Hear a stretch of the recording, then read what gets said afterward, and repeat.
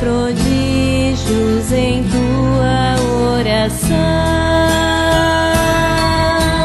Que momentos tão felizes, o que senti não saberei descrever. Mãe, faremos como dizes, e muitas graças todos vão receber. Para o mundo e a França, perseguições onde chegar,